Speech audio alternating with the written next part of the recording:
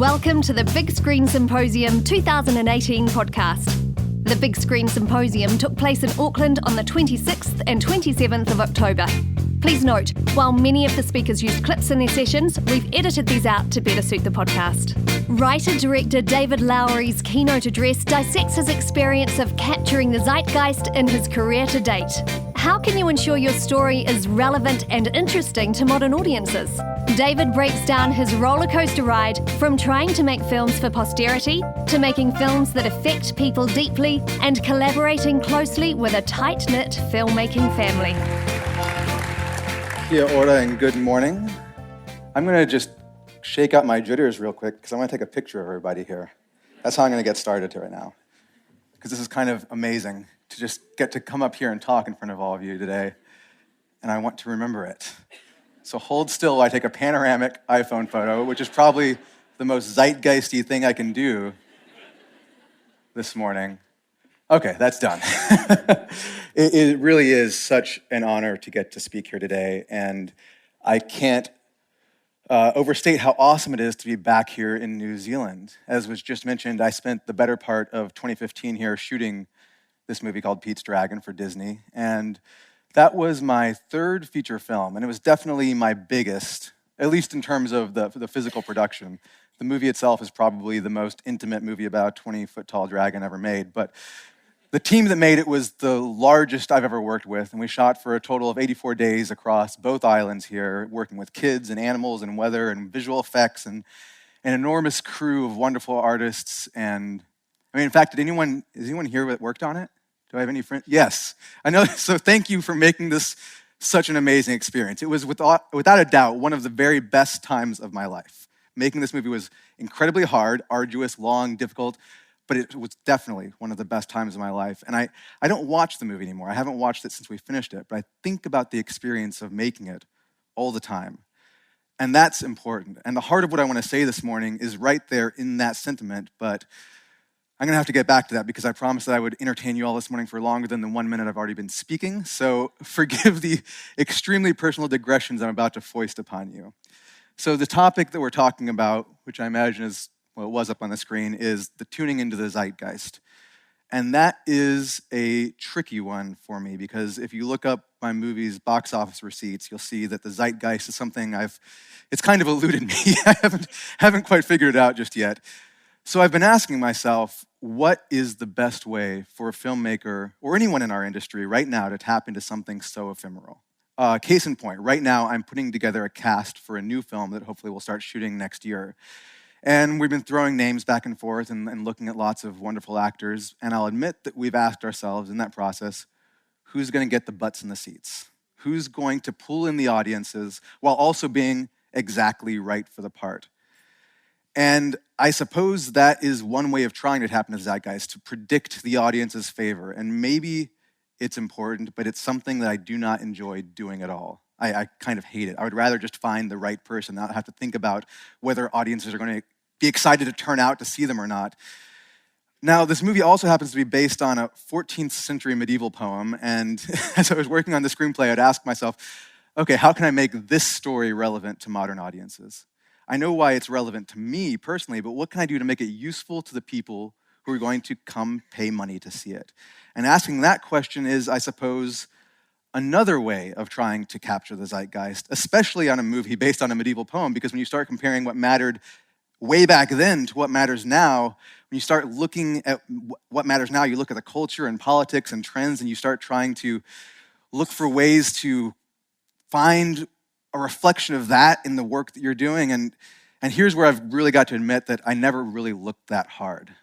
Tapping into the zeitgeist is not something I've ever put that much energy into. And in fact, it's something I have in many ways actively ignored, which isn't to say that it's not important, but for better or worse, I made a conscious decision at a certain point to work in a vacuum under the assumption that being as uncalculating as possible about what I was doing would lead to better and more honest work. Intentionally trying to tap into any particular zeitgeist felt like folly to me, especially when we're working in a medium like ours, where in the time it takes for a film to go from conception to release, the pulse of culture may have changed dramatically. And I mean, when you think about it, think about the films that we love the most, they were made decades ago, and those filmmakers surely weren't thinking about what would be in our mind, culturally speaking, in 2018. And if they were probably somewhat off the mark. And yet those movies still matter to us. So I'm going to pause now to ask a truly obnoxious question, which is, why do we make movies? And I'm already sorry I asked that because it's a terrible question. It's too big and it's not fair. And I assume most people here are filmmakers of one sort or another. And I imagine that you have all asked yourselves this question and found your own answer. And maybe those answers change from time to time, and more likely they're very multifaceted, and more likely you're happy to let them just float around in your subconscious, rising to the forefront now and then when it's 2 a.m. and you've been on set for 18 hours and you're cold and your back hurts and you still have too many setups to go before you wrap and you're like, why did I choose this career?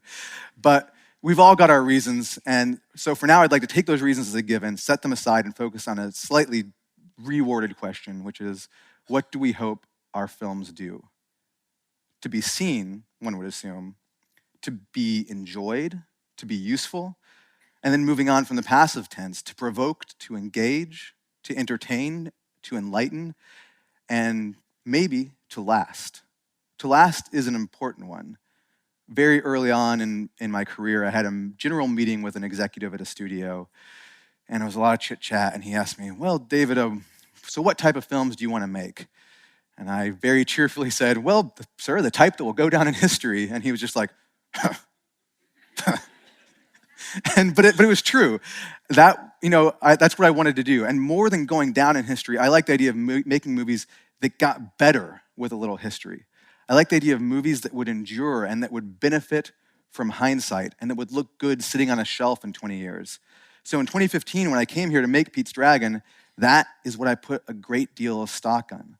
I wanted to make movies that would stick around, that would grow with me as I grew, and that would grow with the audiences as well. So what I was after was posterity. And with that in mind, yes, I wanted my movies to tune into the zeitgeist at some undetermined point in the future. I wanted them to be relevant eventually, and this was very important to me. And it still is important to me, but I've been using the past tense for a reason, which is at the beginning of 2016, after I came back from New Zealand and was editing in Los Angeles, I found myself sucked into what I'll now not entirely hyperbolically describe as a paralyzing bout of existential dread. Now, this was brought on by a very specific thing. I read this article in the New Yorker about an earthquake that was overdue in the Pacific Northwest of the United States that would reshape the entire country. This article won a Pulitzer Prize and also sent me and many other people down this existential rabbit hole where I felt like the world was on the verge of coming to an end. And this was exacerbated by the political crises around the world that are still going on to this day, and really then nailed into place by an early marketing meeting at Disney, in which I had the dawning realization that this movie that I'd been working on for 3 years at that point would, in 12 months' time, be little more than a footnote on the fiscal ledger of the studio. And it would also still be my movie. It would be this movie that we had all worked together to make. But what did that amount to in a world that seemed like it was falling apart? So this existential crisis of mine begat two things. The first was my movie, A Ghost Story, which I made almost immediately and which came directly from that sense of unease that I found within myself. That came out last year and included a long monologue about finding hope and joy in the fact that the human race is doomed. And it also begat a general disenchantment with that which I'd previously held so dear, this concept of posterity. Now, this might not sound all that revolutionary, and in fact, it might seem like it makes a lot of sense, but when I made A Ghost Story, for the first time, I let go of the notion that my movies needed to stick around. And in doing that, I felt incredibly liberated. I didn't change the way I made films, but the context in which I considered what I was making shifted.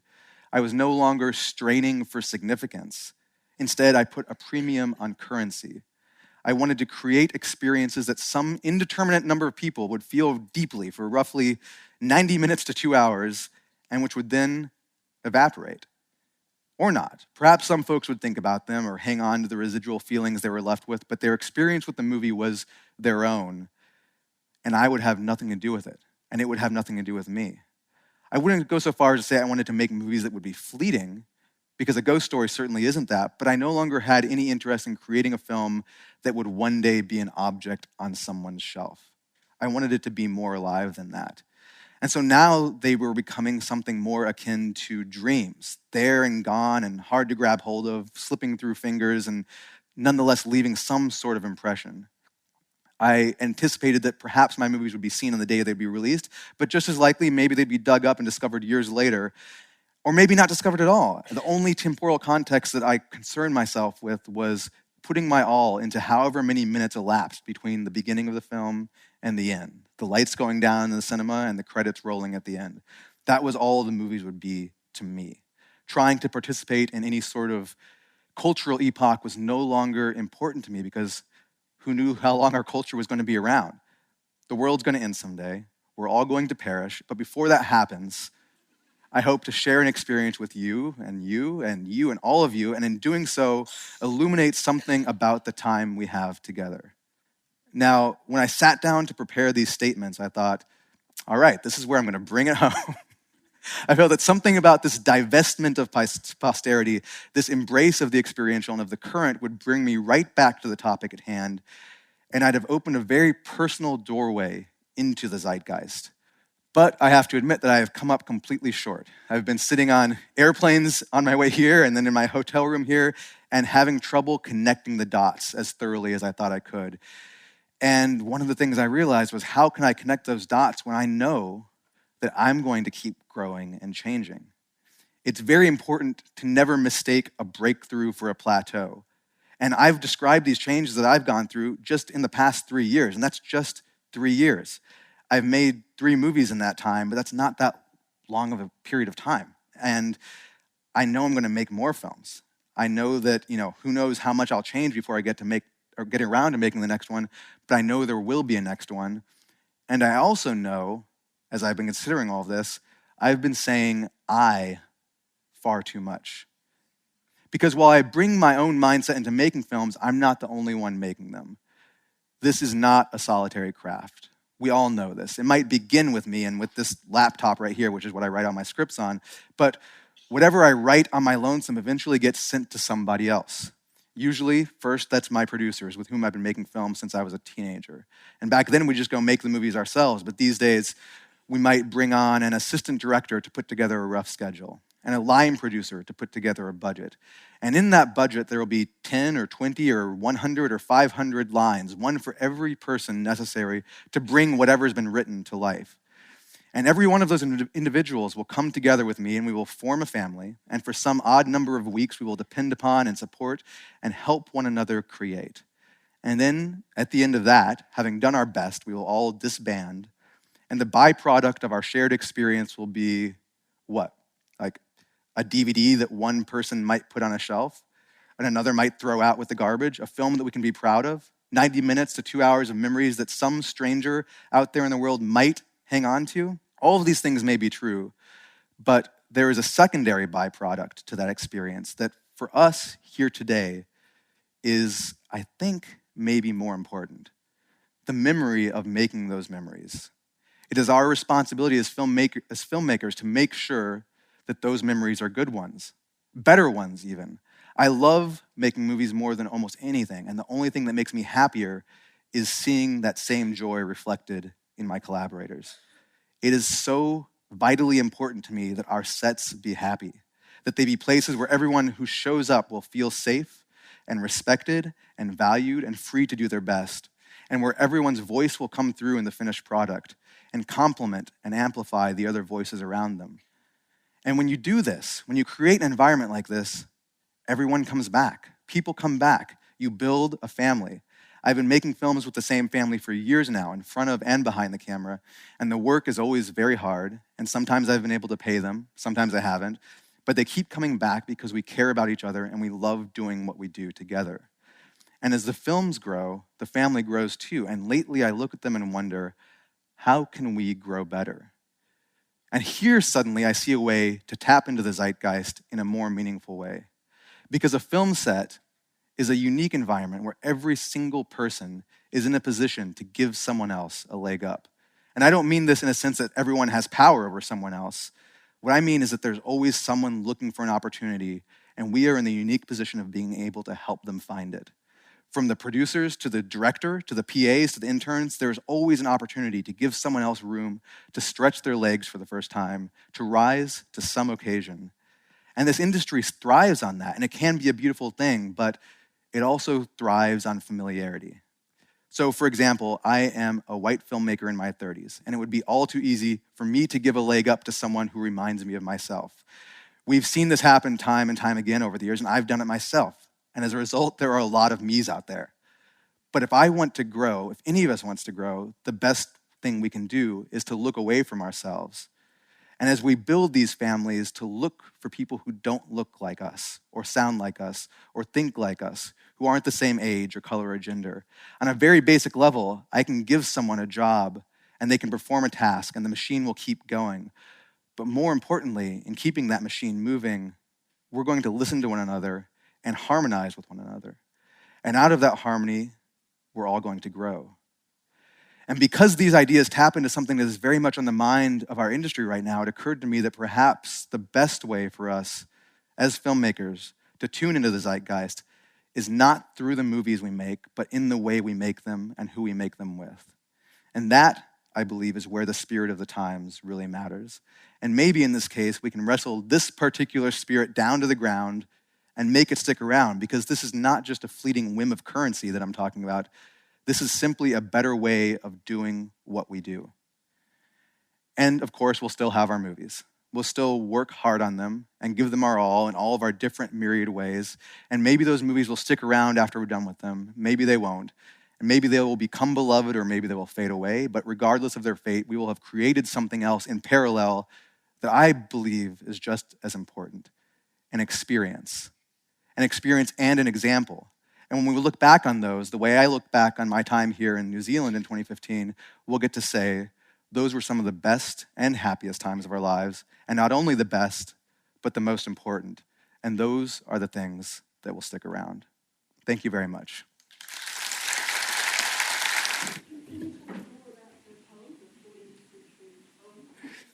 The 14th century poem, I could, but I'm at that stage in the production or prep where I want to wait a little longer before I start announcing it to the world. But you can just go look up on Google 14th century poems, and there'll be a list, and it'll be one of those.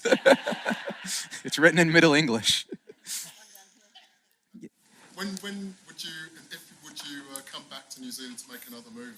I hope I will be back here within 12 months to make another movie, and I can't wait. Yes, right there. Dragon is a great children's film. What are some of the great children's films that you've seen? The great children's films that I've seen, I'll just think of the ones that I thought about a lot while I was making that, which was The Black Stallion, one of my favorites. The Miyazaki films. I remember when we were in prep in Wellington, there was a Miyazaki retrospective going on, and so every day at the end of, whatever we were doing, I'd just go watch another one of his films, and that was really phenomenal. My Neighbor Totoro, of course, was like a huge inspiration for the dragon and Pete's Dragon, and the spirit of Princess Mononoke was certainly something I think about a lot. E.T., the first movie I ever saw in cinemas. Actually, no, the second, but that's another one. There's so many great children's films, and I don't like to call them children's films because the best ones resonate with you no matter how old you are. And like I was saying earlier, you wanting to make a movie that grows with you. My goal in making Pete's Dragon was to make a movie that I would have loved at the age of 7 and that I would still love now at the age of 37. Yes, right back here. What are the things that you've done so far that have made you the best filmmaker you can be? The things that have made me the best filmmaker I can be, I almost don't have enough self-perception to really talk about that, but the one thing that I always say is that I learned this anew on every film I make, but to trust my own instincts and to listen to them, because when I haven't done that, that's when things have gone wrong.